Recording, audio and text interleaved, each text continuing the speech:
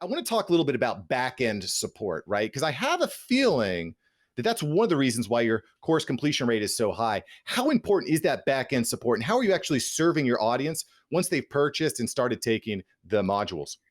Right. It's a good question. And I've seen people promote courses like never make a sales call again, or, and I don't, I mean, I get it, but it depends on your objective. And my objective from the start was never to get as many people as possible through the door. I wanted as many people as possible going out the door together, Mm. meaning that they start together, they finish together. So in our high ticket courses, which I would say is anything over $2,000, uh, everyone is assigned a dedicated program coach for our certification program.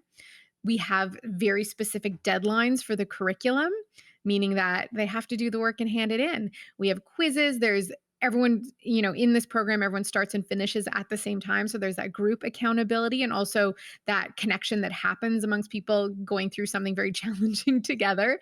And the course is hard. Um, so, everyone signs up, they see the course curriculum, they start seeing the assignments, the outline, they panic a little bit, uh, and they continue on. And that's very, very specific. We sell more in quantity of spots in courses that don't have that level of commitment or guidance or support going through it. But there's always something, whether it's follow-up emails or a Facebook group that forms while the course is running. There's always some level of connection and community so that people start to feel part of something. So it's not they're just like buying something and then they're completely left on their own.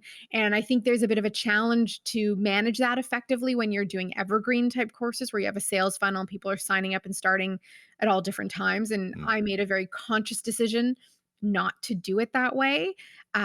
I felt like we would probably get the same number of people over a year if we did it that way. However, we wouldn't have the same level of commitment from people and the same level of ambassadorship and loyalty and friendships formed, quite honestly, amongst people who go through the program together. And then we have our alumni who come back and they're constantly cheerleading for people and offering support. And the group starts to take care of itself in a really beautiful way.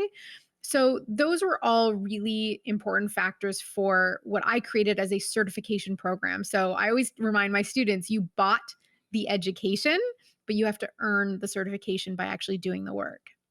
So you've got that carrot at the end of the line that they're chasing, that they really want to make sure that they get that reward. So you brought up, I think, a lot of really smart things here, Megan. Long term type stuff. You've actually created your course, your high end courses in a way that, hey, it starts at this date. We're only taking this many people, so you've got scarcity, you've got the time. The time is running out type feature going on, but you're also getting the sense of community, right? Which I think is lost in a lot of online courses now. A lot of online course builders, this dream is, like you said in the beginning of our interview here, is I'm just going to set up a course. It's going to be automated. I'm going to sit on a beach drinking daiquiris all day. But I think what's made you successful is you've created this environment where the community is starting together. We're going through this together. We're doing these challenges, these difficult challenges together. But what I really love, and I'm wondering if you can kind of expand on this a little bit more, Megan, for the people that are maybe just joining, they're not really sure what they're expecting. They're joining maybe a Facebook group. You've got your alumni going in and saying, yes, this is the way to go. What are some other ways that you've gotten your community to really get in and get involved and help other people get acclimated? Right. So we bring up, so for our program coaches, for example, so every term we hire 15 to 20 program coaches and each takes on an allotment of students. And those are all honors graduates of our program. So they come back in that way and support the students.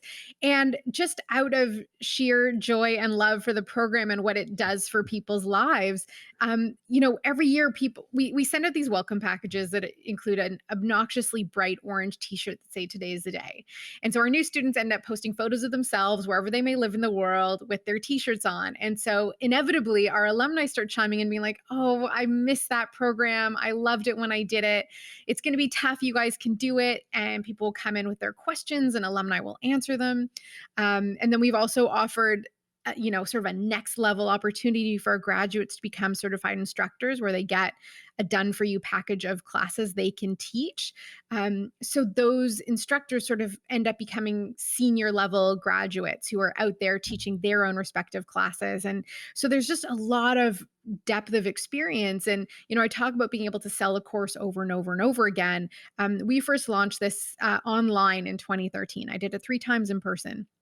So since 2013, people have established incredible businesses that have grown and thrived, and so they then become, unofficial or casual mentors for the new students coming in, and demonstrating through their success what's possible.